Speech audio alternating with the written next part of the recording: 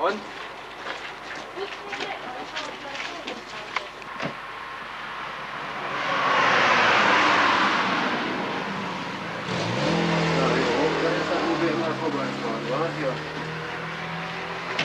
Ja? Müsste das normal sein. Da wieder von unten. Aber gar nicht hin. Pussy, Pussy! Nein, nein, ist. Wird aber nicht verletzt, doch.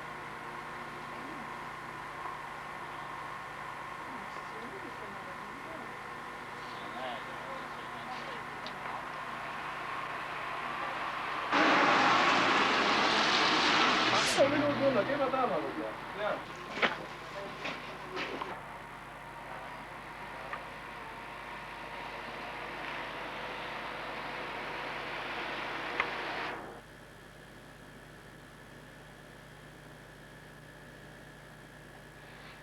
Okay, right here, this is the Platterhof Hotel, which is now the General Walker Hotel, which is owned by the U.S. Forces.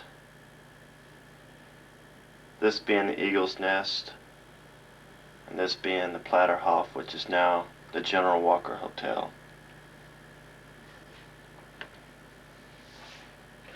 Obersalzberg is the name of Hitler's retreat, and he had a big house there, and he also had these underground bunker systems which hooked up with Bormann's house and with Göring's house. Bormann was Hitler's right-hand man, and Göring was head of the Luftwaffe, the German Air Force. And they lived in Birch's Garden on top of this mountain, and then Hitler also had the Eagle's Nest, which is up on top of the mountain, which overlooks this part of the mountain where his house is. This is just an overview of the map here of the area, but the Hotel General Walker is located here, and it was called the Platterhof Hotel back when Hitler was in power. Before he became powerful and before he was head of the Nazi Party, he came to this area and he stayed here in the Platterhof Hotel, which is where he also wrote part of his book that had all the stuff about the Nazi Party. But he actually stayed in this hotel, and this hotel is still run by the U.S. Forces, and we can stay there when we go there. They have a lot of ski resorts in the area, and you can go and stay in this hotel right now. We went there, and the inside, of course, has been redone. The picture I showed you a while ago was when it was bombed out. We came through and bombed this whole area after the war. And then we took over all the hotels, and now we're still using them. But basically this map is showing the bunker system, which is this little area here. And it runs up to the Türken, which is still a hotel that's there. It's run by some Germans. And then Hitler's house was in this area, which has been bombed out. The only remains are part of his garage. We came through after we bombed the area. We blew up the house. We didn't want to create a monument for Hitler. Then these were all SS barracks down in this area, which are all gone now. The only part you can still see is the Platterhof garages here. This area, the Cafe Hinnerich, is still used as a tourist information center, and it was just basically an SS guard house. The Türken was the Gestapo headquarters.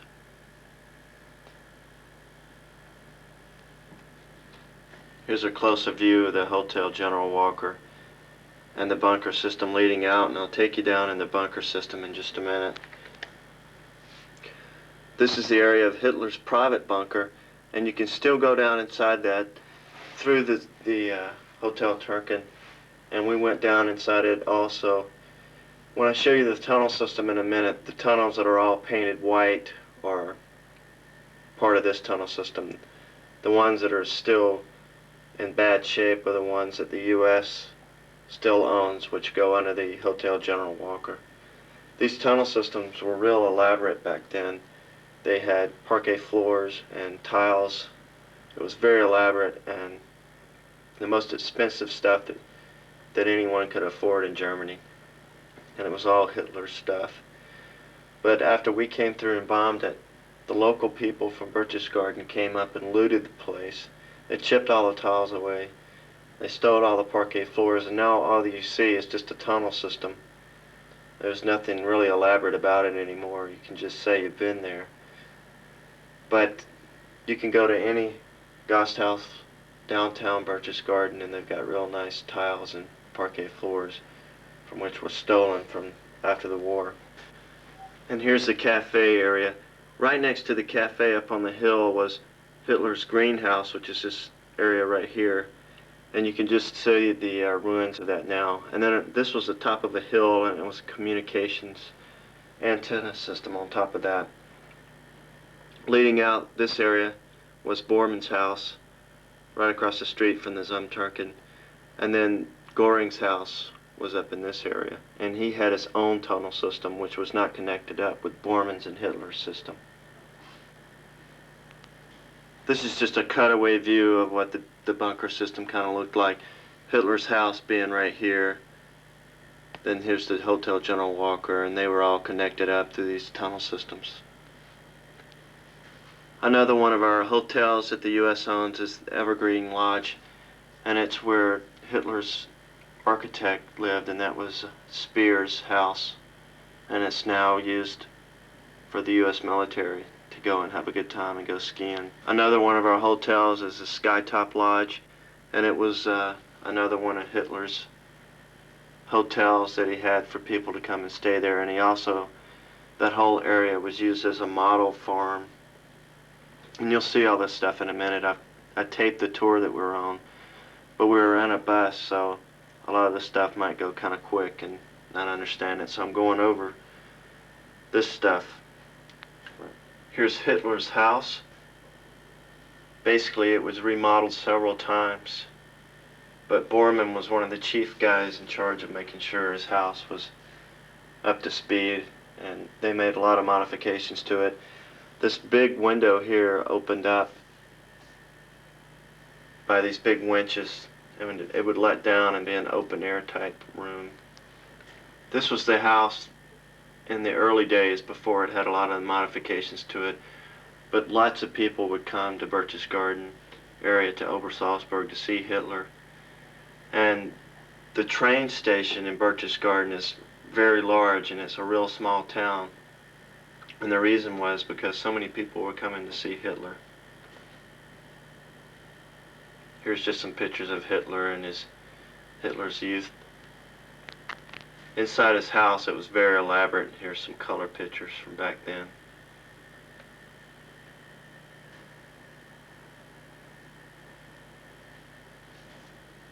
Here's Hitler and his lover, and then this was a propaganda type picture with children to make it look like he was a real nice guy, but he really wasn't. He had a lot of prominent visitors come to Obersalzberg and visit his retreat area, and here he is with Mussolini. The 25th of April 1945, we came through and just bombed the crap out of this place. Unfortunately, Hitler was not in his bunker system. He was in Berlin. Not a very pretty sight after we came through and bombed it. Okay, this was Hitler's house here, and up here is his Türken hotel, and I'll show you pictures of that. This one's still located here. Then right down the road, you can still see the remains of his garage area. But we came through and just blew this up so nothing would be left for a monument for him. This was Göring's house. He was head of the Luftwaffe, the German Air Force. These are real nice houses back then, and they still would be today. They're just Bavarian type houses in the mountains. Here's Göring with Hitler. Göring also spent mega bucks on his house. He had a very elaborate place. Here's his nice house after what we did to him. Here's Hitler with Martin Bormann, which is his right-hand man. and he was responsible for a lot of things to do with Obersalzberg and spending too much money from the German economy. Here was Bormann's house. It's not located there anymore. It's been destroyed, but it was a nice house also. These guys spent lots of money. Here's a picture of the Türken Hotel back in the old days. And this, during the war, this hotel was the Gestapo headquarters. Here's part of the bunker system underneath it now. This is what it looks like nowadays. More pictures of Hitler's house.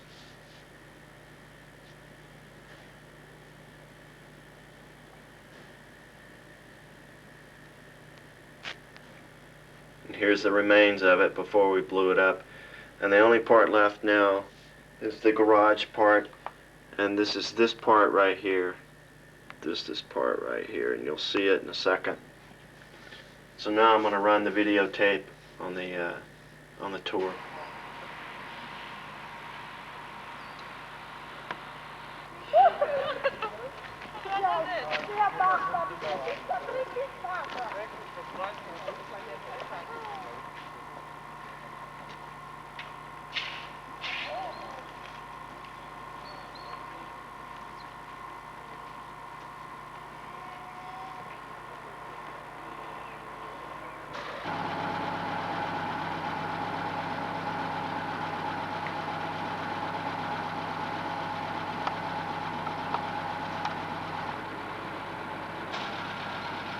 Hitler's greenhouse.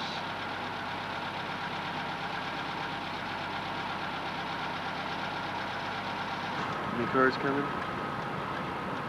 Huh?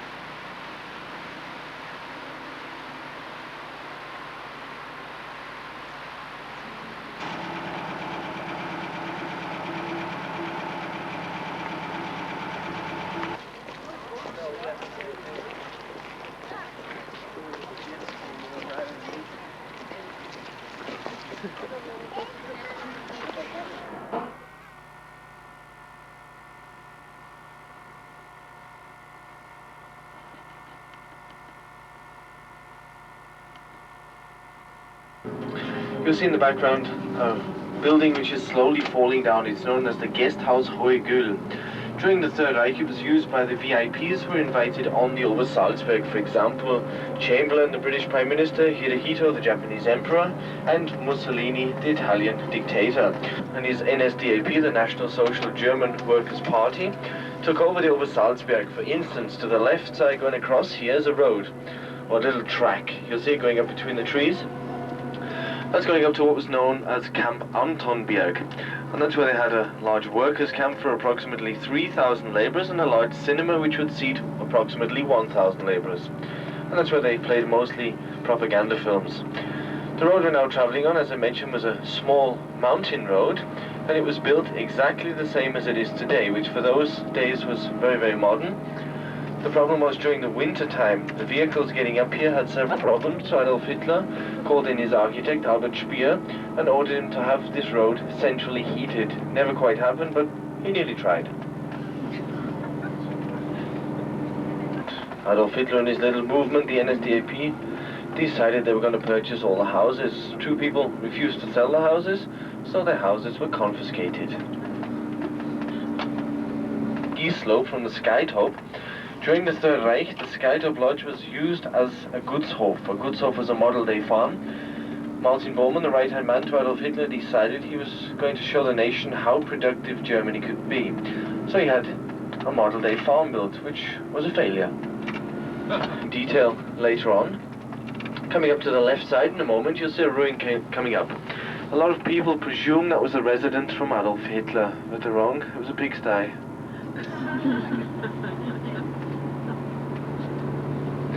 So nowadays the Skytop Lodge, it was the lodge for the workers or the farmers in the early days. The part with the silver roof, where the skis are nowadays, is where the horses had the stables. And if you take a look, but during the Third Reich it belonged to Albert Speer, a very famous architect during the Third Reich. 1953, and the German government started destroying most of the very important buildings from the Third Reich. Because they were afraid of propaganda, they would rebuild, National Socialism would rebuild again, so they started destroying various buildings, blowing them up. One of them was, of course, the main residence from Adolf Hitler, known as the Berghof. The house from Hermann Göring, the Marshal of the Luftwaffe, and from Martin Bormann, the right-hand man to Adolf Hitler. The leaders area. If you take a look to the left side, you'll see just a little ruin coming up here on the left. This was once a large guardhouse for the Reichssicherheitsdienst, the state security. And this would have been heavily guarded because up to the right-hand side is...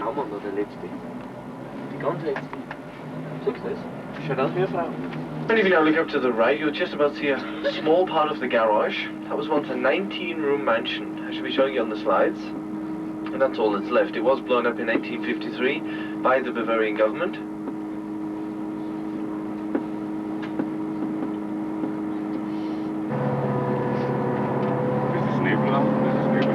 If you look to the right side, that was once the main entrance. You can just about see the road. It's all completely overgrown also. Coming up in a moment to the right-hand side, you'll see the Hotel Türken. That was used by the Gestapo. It was the headquarters from the Gestapo, who were practically the bodyguards from Adolf Hitler.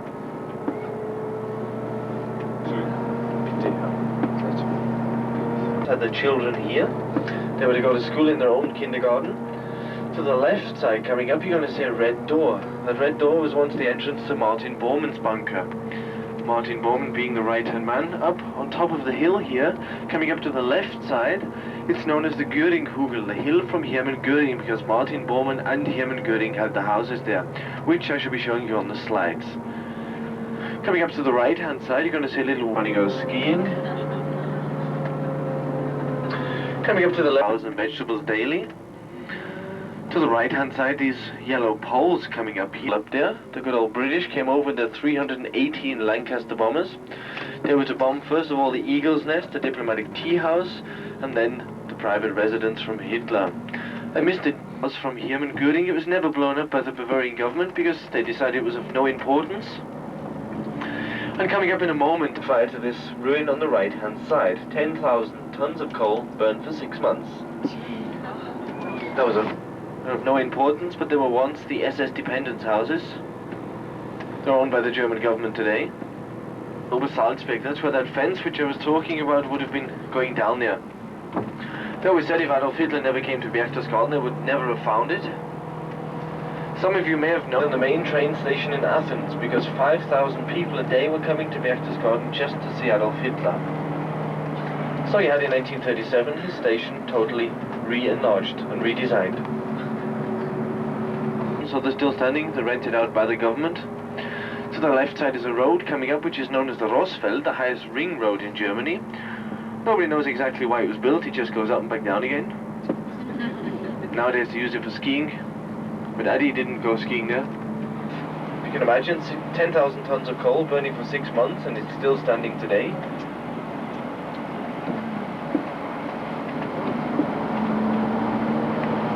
So we're now on our way back to the General Walker. From there we should be going into the bunker. Should be showing you slides.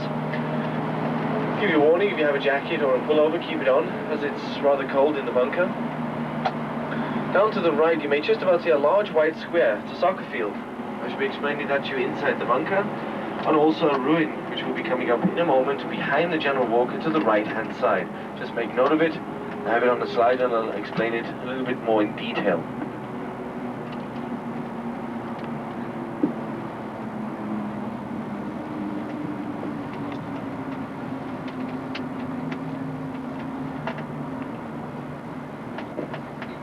The woman who was the beloved was a lady in the book known as Judith Platter, and her real name was Moritz Meyer. They used the name to disguise her, but the nation discovered through the book she does exist.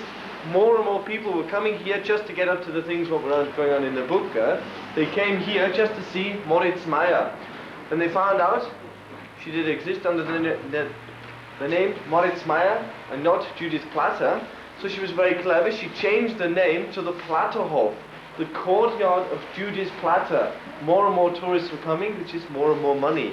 One of the most famous tourists who stayed here in 1919 was Adolf Hitler and a man called Dietrich Eckart, the founder of the National Socialistic Party. I'll be telling you more, so if you'd like to follow. They look like they are made of marble. It is an artificial marble which was designed during the Third Reich, and this was designed also as an exit, not as an entrance. Therefore, when you get to the bottom of the steps, you'll see there are 3 holes, which is a machine gun turret for the unwelcome guests that would have been blasted back to the top if they entered here. So I'd like to collect your tickets in case of stowaways, and then you wait for me at the bottom. So.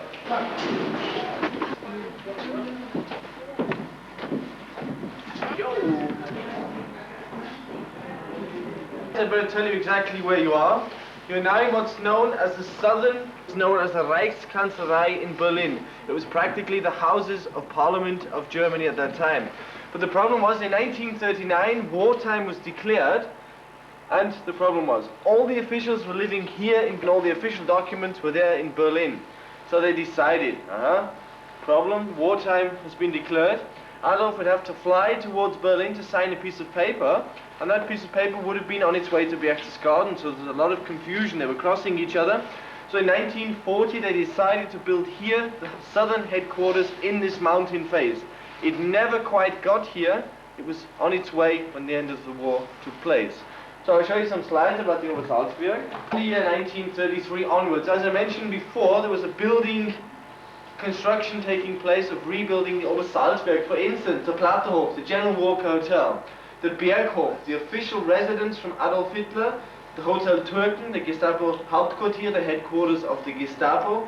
Here is the house from Martin Bormann, Hermann Göring, and here is a large SS barracks.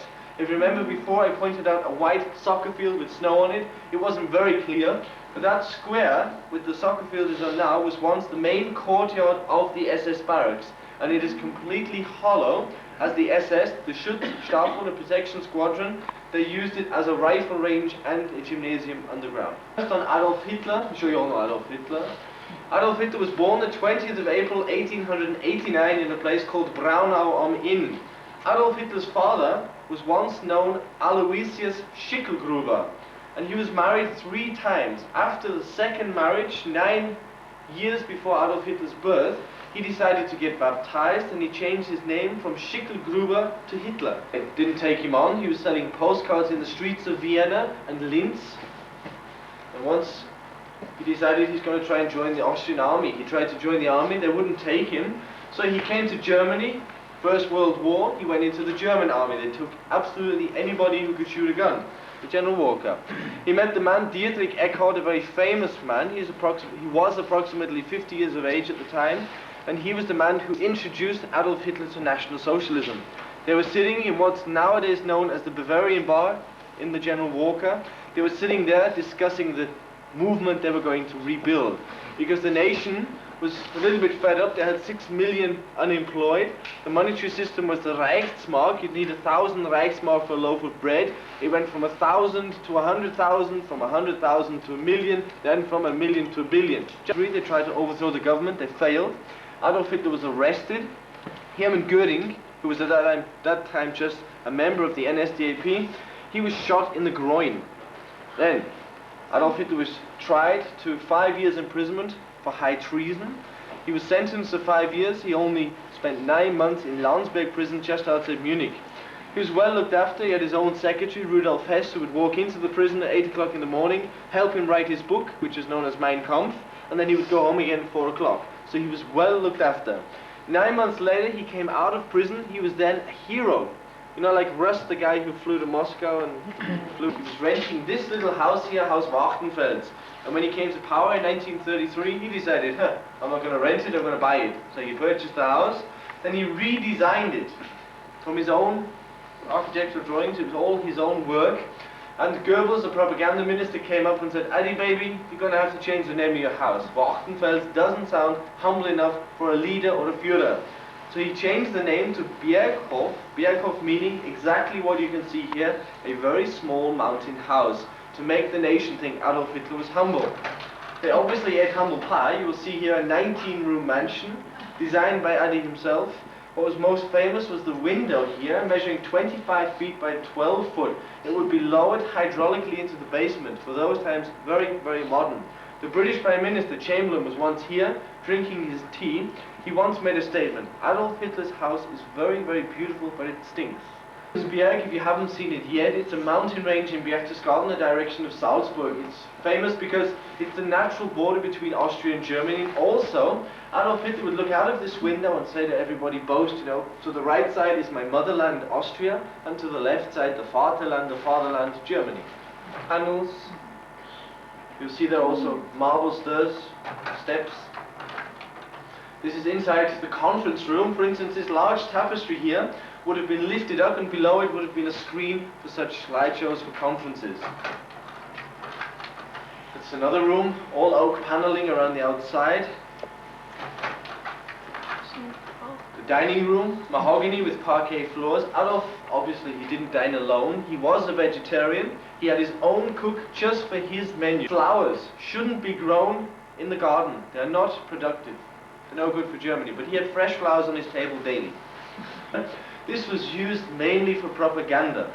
They would have put a pair of lederhosen on Adolf Hitler. They would have put the Berchtesgadener Anzeiger, the local newspaper, in his hand, shoved a cigarette in his mouth, took a photograph of it, and said, Adolf Hitler is relaxing in Berchtesgaden. But the truth be known, he certainly didn't wear lederhosen. He did not smoke. He was a health fanatic, and he certainly didn't read the Berchtesgadener Anzeiger. The mistress for 14 years long. It was top secret, you could say. Would have said in the newspapers, Adolf Hitler is fighting for his nation and not for his love. But in real life he had an affair 14 years long with a lady called Eva Braun. Some of you may have seen pictures of Eva Braun. She was a very beautiful lady. What happened was he committed suicide. His body was wrapped in a carpet by the chauffeur, a man called Kemke. He poured gasoline on it. He set fire to it. And he said that was the body of Adolf Hitler. One or two people don't believe that because the forensic evidence in those days wasn't very good. The Russians have the bones now. Nobody knows exactly where they are. And the thing is, one or two people are running around Brazil, you know, Argentina, saying Adolf Hitler drinks tea here at 4 o'clock every afternoon. Give me $1 million, I'll tell you where he drinks tea. He came over, 318 Lancaster bombers. They had to destroy the Obersalzberg. Target A, the Eagle's Nest. They completely missed it. Target B, the Berghof, they got 2 direct hits, but it didn't destroy the building. Adolf Hitler was very upset at the British, so he sent a telex from Berlin. The SS, the Schutzstaffel, should set fire to this house so nobody can take any of his personal belongings. Because in 1939, when he was 50 years of age, he received over 100,000 presents made of silver, gold, you know, expensive things. He did against propaganda. It is forbidden, first of all, for Germans to wear a swastika.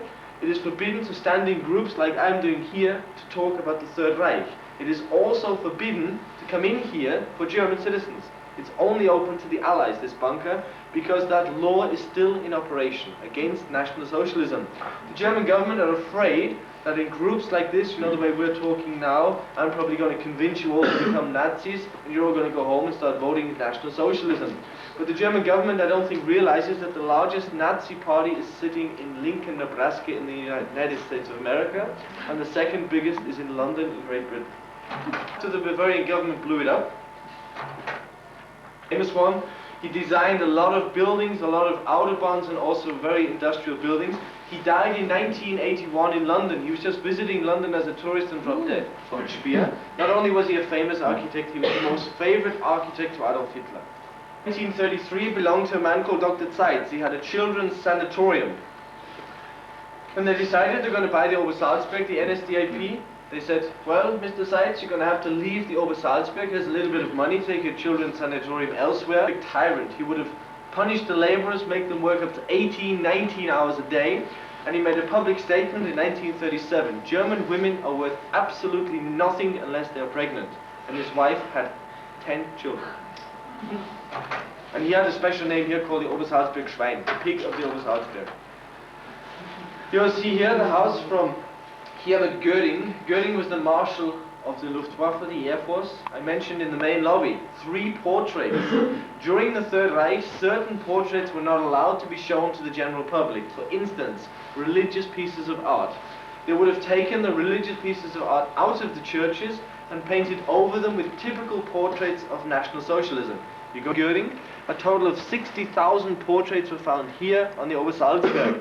The 101st Airborne, who came in on the 5th of May, when they left, they took the portraits with them by the orders of the government of the United States of America. Not because the United States of America collects portraits, because Hermann Göring was a type of man who would go into a museum and say, that portrait now belongs to me. He confiscated something like 70% of his pieces of work. And from the side, Göring also had a swimming pool, in 1939. And I told you he was suffering from a groin problem. He was shot in the groin in 1923. From that day on, he was taking morphine. And in 1945, he was known as a complete drug addict. He would have been sitting around his swimming pool totally spaced. They're very, very expensive. He lived only in style, Göring. You'll see in the background, on the portrait there in his study, a wife, or a woman, excuse me, not a wife, that was his wife, his very first wife, Emily from Sweden. Göring was very, very important towards Adolf Hitler at the beginning of his power, before he was coming up the ladder. Because Göring knew all the aristocrats, because he was awarded something very special during the First World War, so Adolf Hitler needed him. That's why Adolf Hitler wouldn't hear anything against Göring. Even though he knew he was a drug addict, he didn't admit it. He said, no, he's just drinking a little bit too much. Drove past for his vegetables. The buildings are now a trees.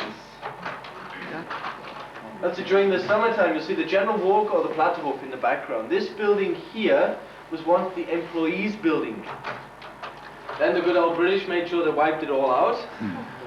The Platterhof was badly damaged and it was rebuilt in the 50s by the US government along with the German government. A lot of Germans and a lot of American people get very upset because they see a sign outside, off limits to Germans. You're not allowed to do that before. That was once the employees' building, which was badly damaged. It was never rebuilt. It was left exactly the same as it is now. The guest house Hohe Güll. Remember I drove past and on the right side is a guest house. Mussolini stayed there, Hirohito, Chamberlain. It was used for the VIPs right up to 1941. Rudolf Hess flew towards England in 1941. Maybe some of you know it. He was apparently making a peace treaty. He flew towards England. He bailed out in Scotland. His aircraft crashed. He was put under arrest. And apparently Adolf Hitler didn't know anything about this peace treaty. He said, Hess is a traitor. He doesn't have to come back to Germany.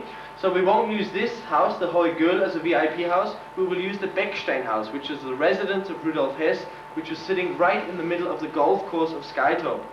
And the British are very refined. They have a law. If any official documents are to be confiscated, it doesn't matter when, there's a certain date when it's to be opened. That suitcase, which belonged to Rudolf Hess, was supposed to have been opened in 1994. But they've now put it back to 2017. Whole of this system, it was once centrally heated. No.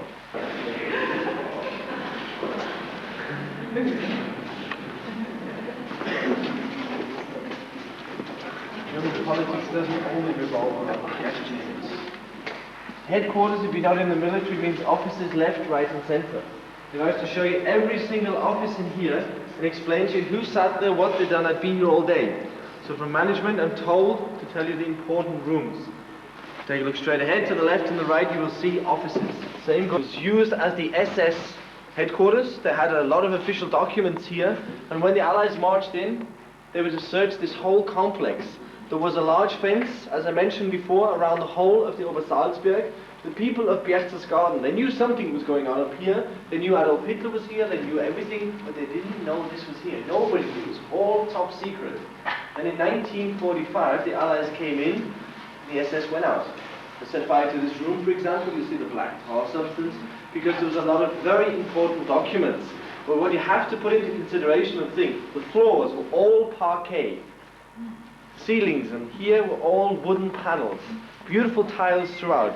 It was beautifully decorated. The local people in 1945 had no more building materials. All the men were at war, or they didn't come back from the war, and various people were sent here to chip the tiles off the walls. I even know a man who at the time was 17 years of age. He'd just come back from war. His mother sent him here to chip the tiles off the walls. He spent 19 hours chipping tiles off. The whole of their house is tiled. If you go in any local guest houses, you'll see parquet floors, beautiful wooden panels. They all came from here. Absolutely everything was looted. If it wasn't screwed down, they'd chip it off or they'd unscrew it. Then soldiers had a little bit to drink, a few more paces further. They came to a safe. You'll see it in the room on the right-hand side.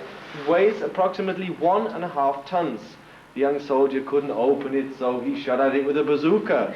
He didn't only blow a hole in it, he blew it over. He completely destroyed whatever was in there. And it's still here today, a 1.5 ton safe. They don't know how they got it in here. They don't know.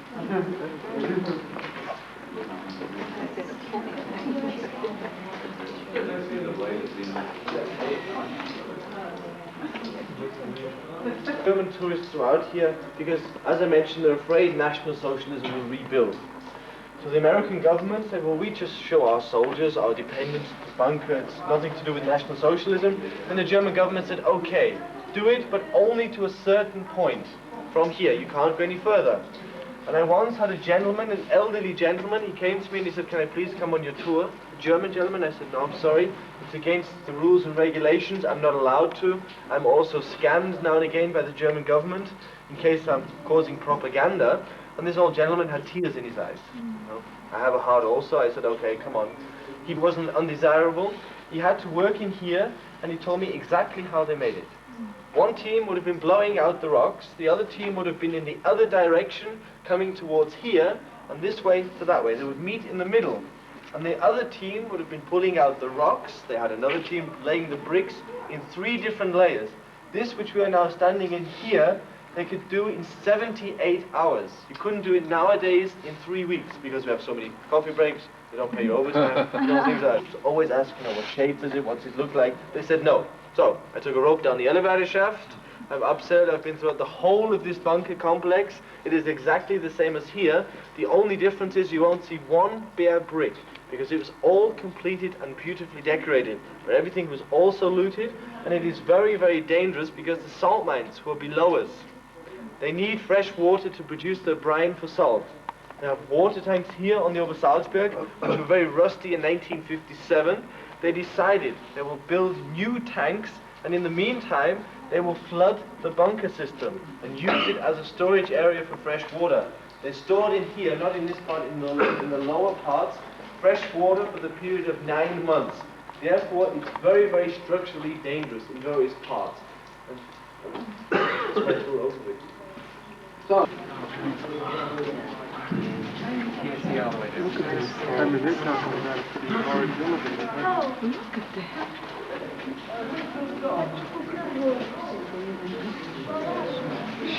It's a drop, 90 feet, the elevator. Oh my goodness. Come here. Here, I saw this. This was what? The elevator shaft, 90 feet down. It's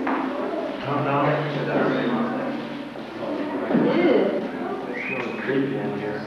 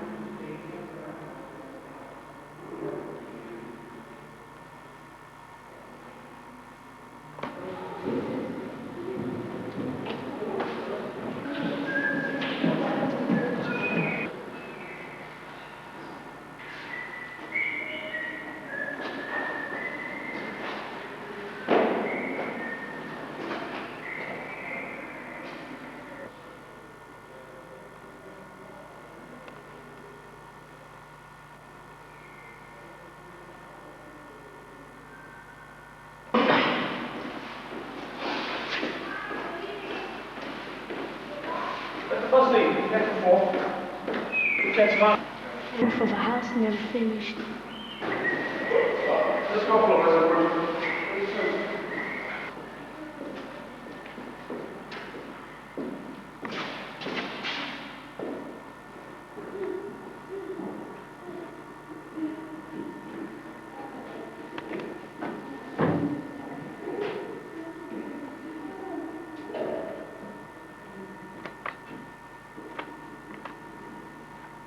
Gun turn holes.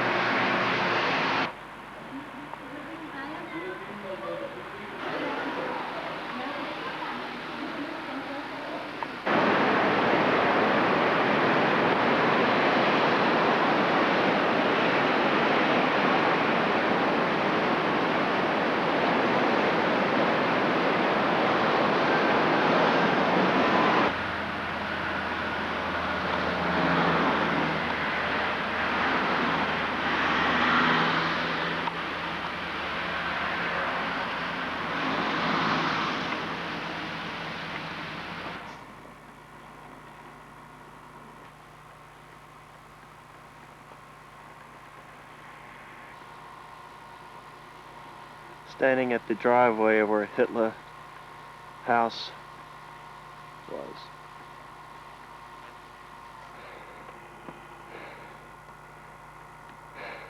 This is where Bormann's house was, up on this hill, which is right next to the Hotel Türken, which is next to Hitler's house, which was burned down in the 50s. This is the Platterhof bunker in the Hotel Türken. Hello?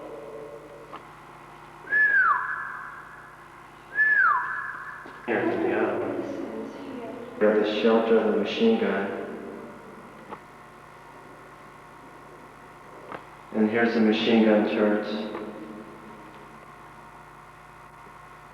Here's more machine gun holes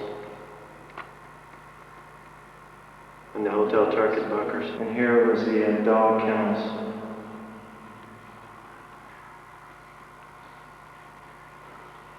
This was the area for the toilets for the guards.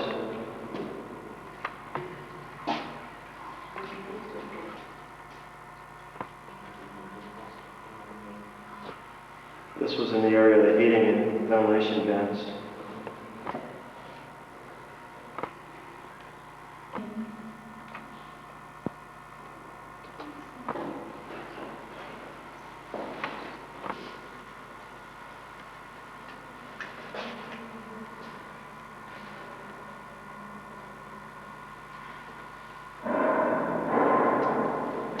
Private guard. That's it because I've read it in a book. Memorize everything.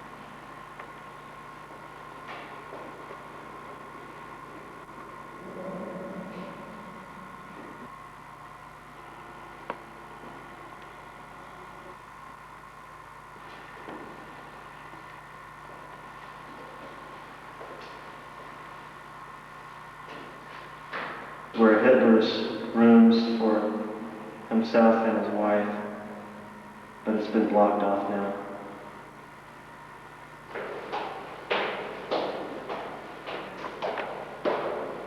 Leading up to Bormann's tunnels. And this leads to Bormann's tunnels.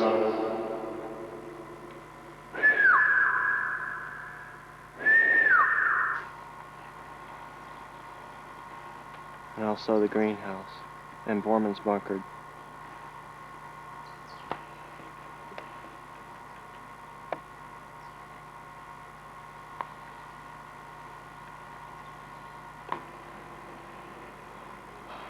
Inside the Hotel Türken.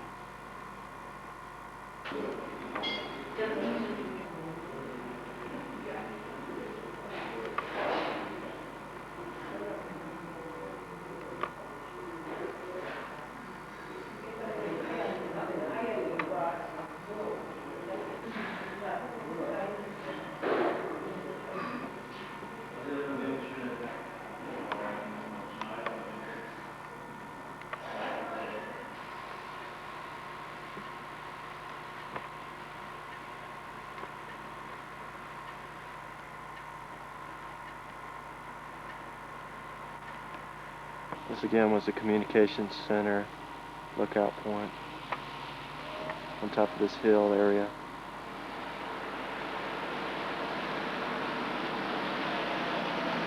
The greenhouse area.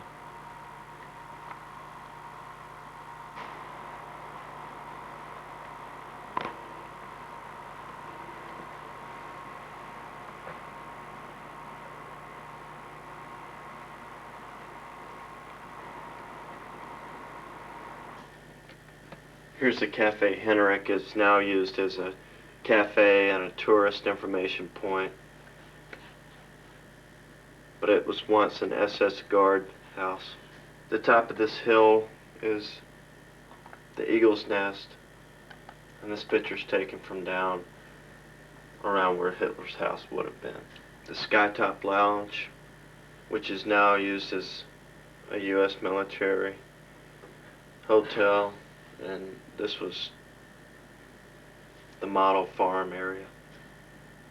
The Evergreen Lodge, which is where Albert Speer's house was, and he was the chief architect for Hitler. He designed the Autobahn system and also Obersalzberg. Here's the guest house, and it's just behind the General Walker Hotel. And this guest house is where Mussolini, Hirohito, and people like that stayed. More ruins behind the General Walker Hotel, and this was the garages and the servant quarters. The communications lookout point. The area where Bormann's house used to be on top of this hill. This was the adjutant's house for Göring. This was one of the entrances to Bormann's tunnel. It's all blocked up right now.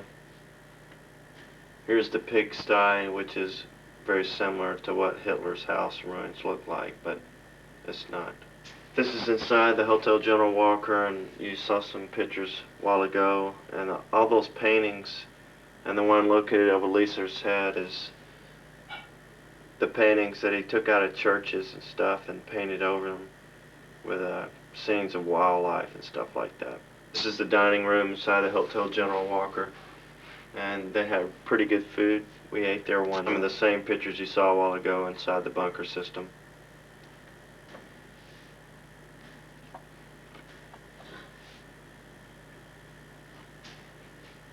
This is Lisa right next to the safe they were talking about that they never could get out, and it's still there and never been opened. This is all that's left of Hitler's house. The Hotel Türken again. Here's the Hotel Türken here, and then you see the guardhouse here, and then these are some German soldiers, and the guardhouse is still standing there today, just like the house. Here I am next to the guardhouse for the Türken, which is the Gestapo headquarters.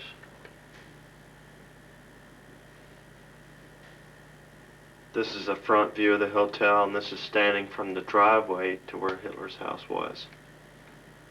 And of course, this is again another picture from the bunker system. Just outside of Birch's Garden is located a large lake, and it's a